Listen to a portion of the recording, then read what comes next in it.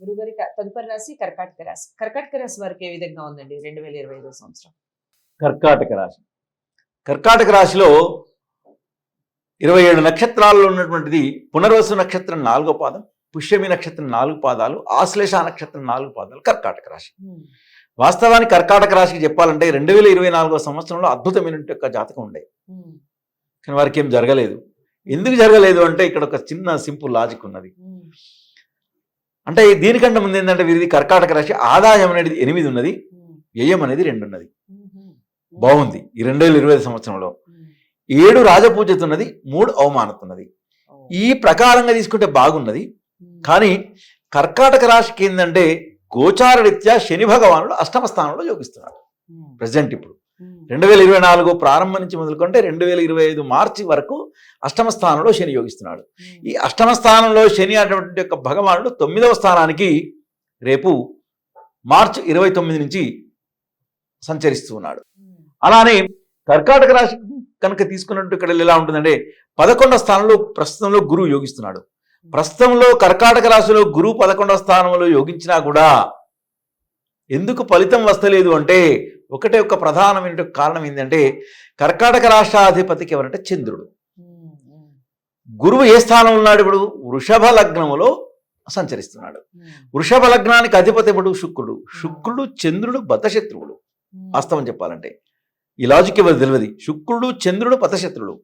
ఎప్పుడైతే వాస్తవం చెప్పాలంటే గురువు ఎప్పుడైనా కూడా వృషభములో మిథునలో, కన్యలో తులలో, కన్యా లగ్నంలో తులా లగ్నంలో, వృషభ లగ్నములో మిథున లగ్నంలో కనుక ఎప్పుడైతే ఉంటాడో పెద్దగా వాడు పెద్ద బెనిఫిట్ ఇవ్వడు. ఎందుకు ఇవ్వడు అంటే నత్త నడక నడుస్తూ ఉంటాడు. మనాలే కదా ఎక్కడికి పోతారంటారు. ఇంటికి అల్లుడు వస్తారు. ఫస్ట్ రోజు, 2వ రోజు, 3వ రోజు మంచి సన్మానం ఉంటుంది. 1 వీక్ తర్వాత ఏముంటదండి? వెళ్ళడం కాదు. ఒకవేళ ఉండాలనుకున్నా కూడా ఏ విధంగా ఉంటది?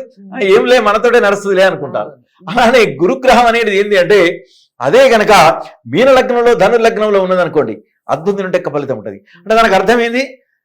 2 సంవత్సరాలకు ఒకసారి అత్తవారింటికి ఒక 1 అవర్ పోయింది అనుకోండి, రాచమర్యాదలు ఉంటాయి, అల్లుడికి ఉంటాయి.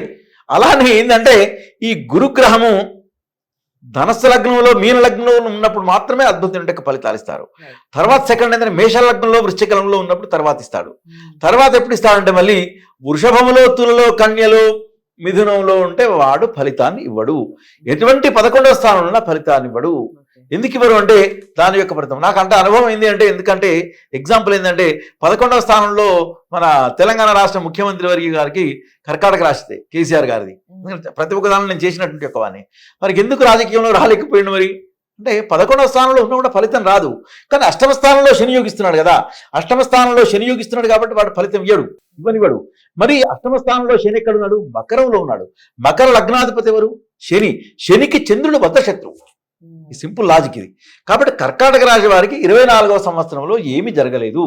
కానీ 12వ స్థానంలో వచ్చినా కూడా రేపు ఎప్పుడు మే 15వ తారీఖు నుంచి విశ్వావసనామ సంవత్సరంలో కొంతవరకు వీరికి విజయావకాశాలతో ముందుకు వెళ్తారు కర్కాటక రాశి వారు. అందులో ప్రధానమైనటువంటిది ఏంటంటే పుష్యమి నక్షత్రములో జన్మించినటువంటి యొక్క వారికి అందరు నోట్ చేసుకోవచ్చు.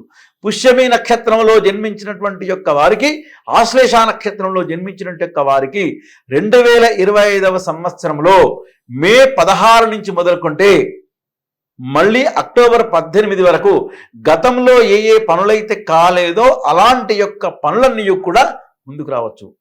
ఒకానొక సమయంలో ఏంటంటే మన ఇప్పుడు రాష్ట్రంలో ఉన్నటువంటి యొక్క వారందరి పరిస్థితి కూడా మళ్ళీ ఉల్టా కావచ్చు, మళ్ళీ సీఎం కావచ్చు అవసరమైతే. అంటే దాని యొక్క ప్రభావంతో ఏ విధంగా అంటే ఆ విధమైన గోచారం అనేది రాబోతున్నది. ఇకపోతే ఏంటంటే అందులో శని గురుస్థానం నుంచి ఈ మకర నుంచి మీనానికి ప్రయత్నం అవుతున్నాడు. 9వ స్థానంలో వెళ్తున్నాడు భాగ్యస్థానం. భాగ్యస్థానం అంటేనే కలిసి వచ్చేటువంటి ఒక కాలం. అష్టమ స్థానంలో ఉన్నటువంటి వారికంటే భాగ్యస్థానంలో కలిసి వచ్చేటువంటి ఒక కాలం. ఇకపోతే ఇక్కడ ఆదాయ వ్యయాలు చూసినప్పుడు అద్భుతమైనటువంటి ఫలితాలతో ఉన్నది. ఇక రాహు వచ్చేసరికి ఏంటంటే ఇక్కడ ప్రభావం ఏంటంటే రాహు భాగ్యస్థానం నుంచి మళ్ళీ అష్టమ స్థానానికి వస్తున్నాడు. కేతు ఏం చేస్తున్నాడంటే 3య స్థానం నుంచి ధనస్థానానికి వస్తున్నాడు. అంటే 2025 సంవత్సరంలో కర్కాటక రాశి వారందరికీ కూడా మే 18 తదనంతరం నుంచి మొదలుకుంటే అక్టోబర్ 18 మధ్యలో, మే 18 నుంచి అక్టోబర్ 18 మధ్యలో గనక వీరి వ్యక్తిగతమైనటువంటి యొక్క జాతకములో ఏమైనా చిన్న చిన్న పొరపాటు. ప్రభావాలున్నా కూడా వాటికి గనక చక్కటి గనక రెమెడీ గనక చేసి 60%, 100% హార్డ్ వర్క్ చేసి 60% స్వయం కృషితో ఉండి 40% ఆస్ట్రాలజీని నమ్మి ముందుకు గనక వెళ్తే వీరికి తప్పకుండా విజయప్రాప్తి. ఎలాంటి యొక్క విజయప్రాప్తి? ఉద్యోగం లేనటువంటి యొక్క వారికి ఉద్యోగ ప్రాప్తి, సంతాన విషయంలో కుటుంబంలో ఉన్నటువంటి యొక్క వారందరికీ సుఖ సంతోషాదులతో ఉండడము. ఎందుకంటే సంతాన కారకుడు, కుటుంబ స్థాన కారకుడు అద్భుతమైన స్థితిలో ఉన్నాడు. కన్యాలగ్నంలో ప్రవేశకాలమైంది కాబట్టి. ఇకపోతే ఏంటంటే రెండవది అయినాక మూడవది ఏంటంటే ఏదైనా గృహ నిర్మాణం కొరకు కనుక ప్రయత్నం కనుక చేస్తే తప్పకుండా వీరికి గృహ నిర్మాణం అనేది జరుగుతుంది. వివాహ ప్రయత్నం చేస్తున్నట్టు కాబట్టి వివాహ ప్రాప్తి. ఐదవది ఏంటంటే నూతన వ్యాపారాన్ని స్థాపించాలనే ఒక ఆలోచన ఉంటుంది చూడండి, వారందరికీ కూడా మే 18 నుంచి అక్టోబర్ 18 మధ్యలో కనుక వెళ్ళినటువంటి యొక్క మంచి విజయ అవకాశాలతో ముందుకు వెళ్ళేటువంటి యొక్క విధిగా కర్కాటక రాశి వారందరికీ కూడా ఉండేటువంటి యొక్క విధిగా ఉంటుంది. కానీ కర్కాటక రాశి వారు చేయవలసినటువంటిది ఏంటంటే భగవత్ ఆరాధన, ఓన్లీ అమ్మవారిని దుర్గాదేవిని ఆరాధించాలి. దుర్గాదేవిని కనుక ఆరాధించినటువంటి యొక్క ఆరాధించవలసిన యొక్క సమయం కూడా ఎక్కువగా మంగళవారం నాడు కానీ శుక్రవారం నాడు కానీ. ఈ మంగళవారం నాడు మంగళవారం కుజునికి, శుక్రవారం అమ్మవారికి సంబంధించినటువంటి విధిగా ఈ 2 రోజులలో గనక ఆరాధించినటువంటి యొక్క మంచి విజయ అవకాశాలతో కర్కాటక రాశి వారందరూ కూడా ఉంటారని మనం చెప్పవచ్చు. సో కర్కాటక రాశి వారికి కూడా బాగుంది. కొన్ని విషయాల్లో జాగ్రత్తలు వహించాలి. ఏ విషయాల్లో జాగ్రత్తలు వహించాలి, ఎందుకు వహించాలి, ఈ విషయాలన్నీ క్లారిటీ ఇచ్చారు. ఏదేమైనప్పటికీ జాతకాల్ని పరిశీలించుకోవడం తప్పనిసరి. జాతకాల్ని పరిశీలించుకొని పరిహారాలు చేసుకుంటే రిజల్ట్ బాగుంటుంది. మీరు చేసే పొరపాట్లు కానివ్వండి, మనకు వచ్చే ఒడిదుడుకులు కానివ్వండి, అవన్నీ తొలగిపోయి మనశ్శాంతిగా ఉండే అవకాశం ఉంటుంది. సో జాతకాలని దామోదర్ శర్మ గారి దగ్గరే పరిశీలించుకోవాలి అనుకున్న వారు స్క్రీన్ మీద కనపడే నెంబర్కి కాల్ చేయొచ్చు. వీడియోని లైక్ చేసి షేర్ చేయండి. ఛానల్ని సబ్స్క్రైబ్ చేసుకోండి. తదుపరి రాశితో కలుద్దాం. నమస్తే.